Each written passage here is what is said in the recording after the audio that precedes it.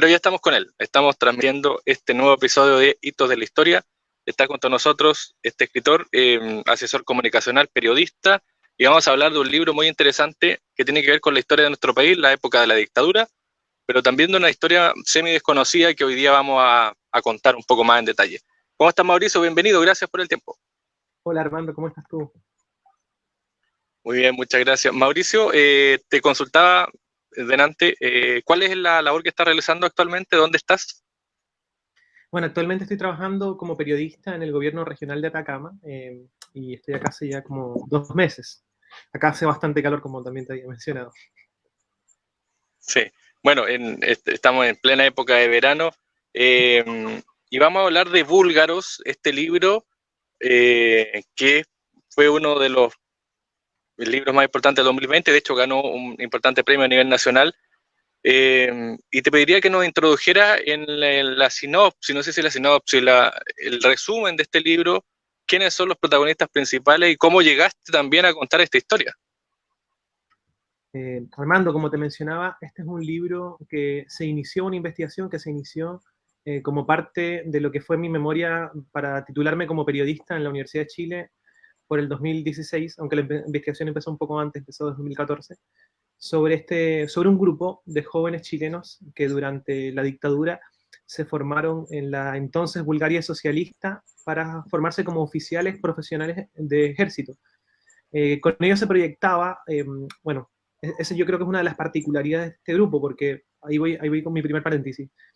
Se tiene antecedentes de que durante la dictadura militar, grupos de jóvenes chilenos exiliados, militantes de partidos de izquierda, se organizaron tanto en el exilio como también dentro del país para la resistencia armada a la dictadura. Esto se hizo en cursos de guerrilla, en escuelas militares, en lo entonces campo socialista.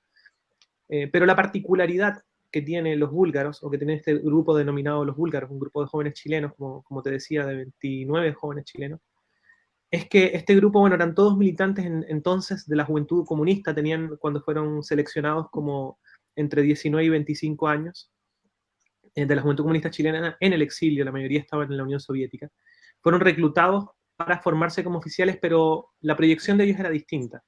Habían oficiales que se formaron en Cuba, que después integraron el Frente Patriótico Manuel Rodríguez, oficiales no solamente del Partido Comunista, sino del Partido Socialista, del MIR, del MAPU, de varias organizaciones de izquierda, que se formaron, bueno, al alero de la resistencia. Pero la particularidad de los búlgaros, y eso yo creo que es una de las tesis centrales de esta investigación, es que con ellos se pretendía, y esa fue una de las entrevistas que tuve con Guillermo Tellera, el diputado del Partido Comunista, actual presidente, que entonces, en el tiempo de la dictadura, fue por un periodo largo el encargado militar, se proyectaba con ellos recomponer las Fuerzas Armadas, porque dentro de la visión del Partido Comunista entonces, se tenía pensado de que si se recuperaba la democracia, si se hacía una transición hacia la democracia, no se podía tener las mismas Fuerzas Armadas, o por lo menos no el mismo alto mando. ¿Qué implicaba la recuperación de la democracia? La recuperación de la democracia también implicaba una depuración, digámosle, de las Fuerzas Armadas.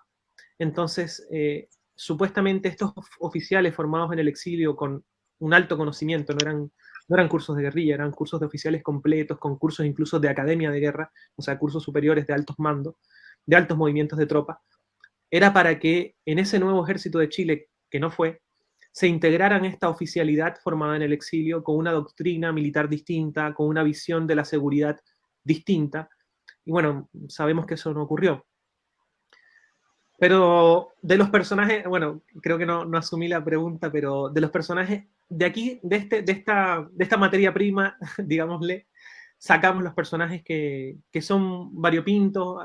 Uno de ellos es la persona que los recluta, que también habla de otra época de la militancia de izquierda, que hay una ruptura en el libro sobre esto, y tal vez uno de los principales personajes, los protagónicos más reconocidos dentro de la historia de Chile, que también es uno de los temas que nos interesa en este espacio, está José Valenzuela Levi, que fue quien dirigió la emboscada de aniquilamiento contra Augusto Pinochet en 1986, el 7 de septiembre, y él es, por decirlo así, el búlgaro más reconocido. Búlgaro porque así le denominaron a este grupo cuando ellos llegaron de Bulgaria, estos chilenos que se formaron en Bulgaria llegan a Cuba, sus colegas le empiezan a decir los búlgaros y ahí quedaron bautizados. hay una mención al reclutador. No encontré muchas referencias, pero tú lo nombras como el señor del sombrero. ¿Quién era el señor del sombrero que reclutaba a estos jóvenes que finalmente se transforman en esta guerrilla? Bueno, una pregunta muy interesante, pero trataré de responderla sin hacer spoiler, porque creo que parte de este... Sí, se me quedó eso para no matar la historia del libro. no, claro, no, pero es que parte de la investigación, y creo que de las partes entretenidas de esta obra, está en ese personaje, en El Señor del Sombrero. Te comento cosas fuera del libro, pero que tienen que ver con el libro.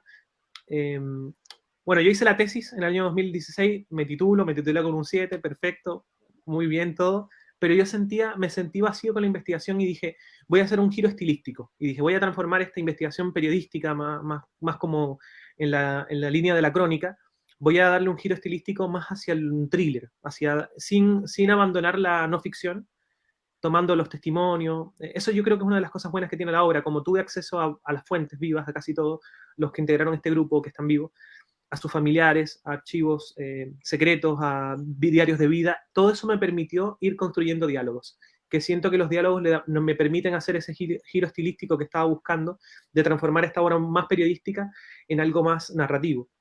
Pero he aquí el tema donde entra el señor del sombrero, este personaje muy rico. Casi todos los que yo entrevistaba me hablaban de que quien los había reclutado, casi todos, había sido este señor del sombrero misterioso, que casi nadie sabía el nombre, casi todos me decían, no, que se llama Armando, otros me decían Luis, otros Alberto, algunos le tenían hasta canciones, así como Alberto me decía, el tío Alberto, hay una canción de Serrat, claro, nosotros le cantábamos esa canción. Entonces, claro, había un personaje misterioso, pero no sabíamos el verdadero nombre. Y en la tercera, en el año 2001, se hizo un reportaje que se llama Nuestros años verde olivo, sobre todo lo que fue la incursión armada durante la dictadura de estos grupos que se formaron en la resistencia. Y aquí se habla de este hombre. Mira, ahí encontré un nombre a este hombre que hablaba no me acuerdo si era como Carlos Canales, y lo mencionan como un diputado del Partido Comunista que recluta a José Valenzuela Levy. José Valenzuela Levy, recordemos el que hace la emboscada a Pinochet, ¿no? Entonces dije, bueno, acá tengo un dato duro. Me da un nombre y dicen que es un parlamentario del Partido Comunista. Entonces buscamos en la biblioteca del Congreso y Canales había uno solo, pero era de la democracia cristiana. Entonces era difícil. Seguía habiendo un halo de misterio sobre este personaje y no había forma de destrabarlo. Hasta que un día tuve acceso a un archivo judicial donde mencionaban, que era el único dato duro que tenía hasta ese momento, eh, dónde fue que secuestraron al hijo de este personaje, del señor del sombrero, que había sido asesinado en la Operación Leopardo. La Operación Leopardo fue una operación que ocurrió a principios de la dictadura, precisamente el 21 de diciembre de 1973, contra 5 jóvenes de la Legua, en una operación de retaliación, de venganza que comete la DINA contra los jóvenes que habían resistido en esta población eh, durante los primeros días de la dictadura. Eh, no voy a andar mucho más en el tema del sombrero porque lo habíamos comentado en El hombre del sombrero. Háblanos, Mauricio, de José Valenzuela Levy. ¿Qué rol cumple él en este libro? Y bueno, esto no es un spoiler, pero sí, cuéntanos cómo terminó José Valenzuela. Eh, igual me perdí un poco. A ver, sí, no, sobre el señor del sombrero, solamente para cerrar, te mencionaba que al hijo de él lo habían asesinado en la Operación Leopardo, una de las víctimas de la Operación Leopardo fue quien que hizo, o sea, Quilapayún hizo un tema para la muerte de estas personas, y al averiguar dónde había sido secuestrado, fui hasta la vivienda donde había sido secuestrado y justo me encontré a la familia del señor del sombrero que estaba reunida completamente, y cuando le expliqué la historia que estaba investigando, desconocían parte de la historia de su padre. Sin embargo, ellos me pudieron poner en contacto con casi todos los amigos de la última etapa de vida de su padre, lo que me permitió reconstruir parte de su historia.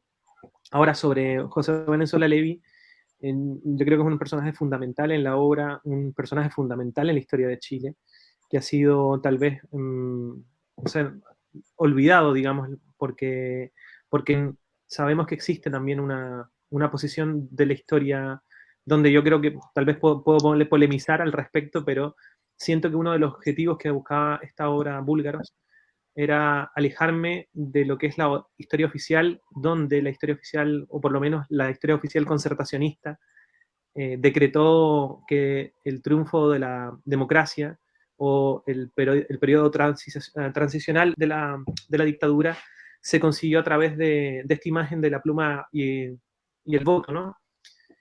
Pero dentro de ese relato queda de lado o poco se menciona el rol que cumple en, este, en esta transición o postdictadura todo lo que fue la resistencia armada, pero no solamente la resistencia armada, sino la movilización popular, las manifestaciones, que también siento yo que fueron parte de los elementos que presionaron para la salida de la dictadura y que dentro de la historia oficial no estaban en cuenta.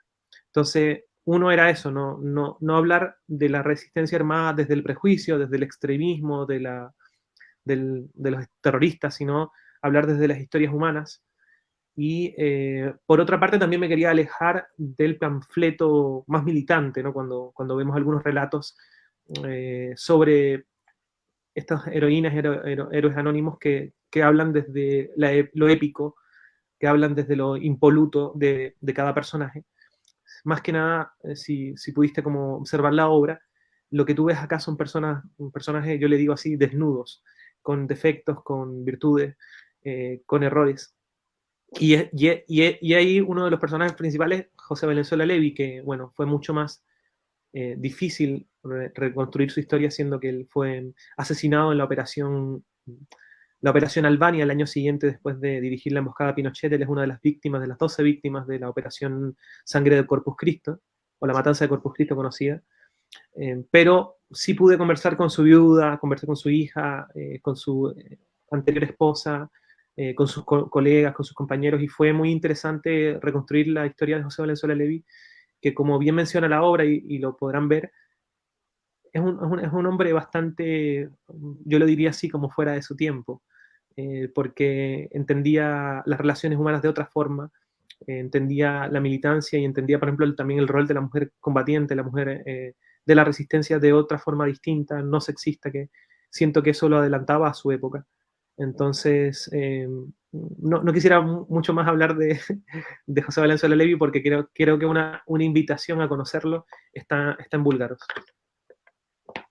Hablemos ahora de lo que fue esa preparación. Tú hablas justamente de este grupo de gente que concreta un hecho que para muchos es un hecho fallido, pero para otros también es una muestra de la preparación que tenían y de este mito que se ha ido construyendo en torno al atentado a Pinochet, que no fue menor. Es decir, si hubiera tenido suerte ese grupo, obviamente la historia de Chile hubiera sido distinta, hubiera sido de otra forma. Cuentas tú en el libro preparación, cómo eran los grupos, cómo se llevaban ellos, qué pensaban, cómo prepararon también ese hecho histórico. Particularmente sobre la emboscada me parece muy interesante mencionarlo, Armando, porque precisamente hay hasta una disputa en el lenguaje. Y también sobre qué significación tiene este hecho. Hay algunos comentarios que he leído a propósito del título del libro, que no sé, mencionaba en redes sociales, algunas personas maliciosamente decían, bueno, spoiler del libro, no consiguieron su objetivo, como el libro su bajada es el ejército entrenado para matar a Pinochet, algunos maliciosamente ya contaban el final de la historia, no lo consiguieron, entonces era mala la preparación. Pero fíjate que yo me arriesgo a decir que no.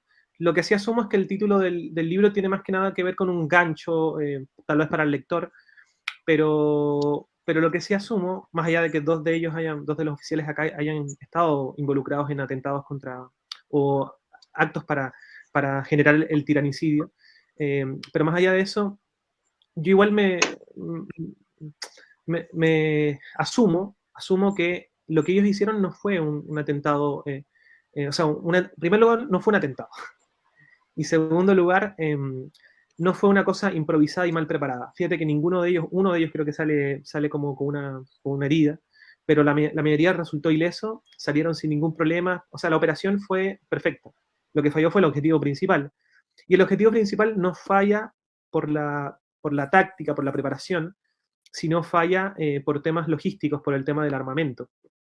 Pero lo que es la emboscada en sí, es una emboscada bien realizada, bien hecha, donde, como digo, falló el objetivo por temas logísticos, pero sí está bien preparada y hasta el día de hoy la emboscada, esta emboscada de aniquilamiento, se estudia todavía en las academias de guerra y en los distintos ejércitos, porque fue muy bien hecha, o sea, los encerraron, lograron como que no tuvieran escape hasta, bueno, hasta que se fue el rocket que no impactó. Pero por eso te decía la disputa en el lenguaje, porque se habla de atentado, pero lo que se vio acá es una acción táctica militar que se estudia en academias, que es una emboscada de aniquilamiento. Entonces, también es interesante verlo así,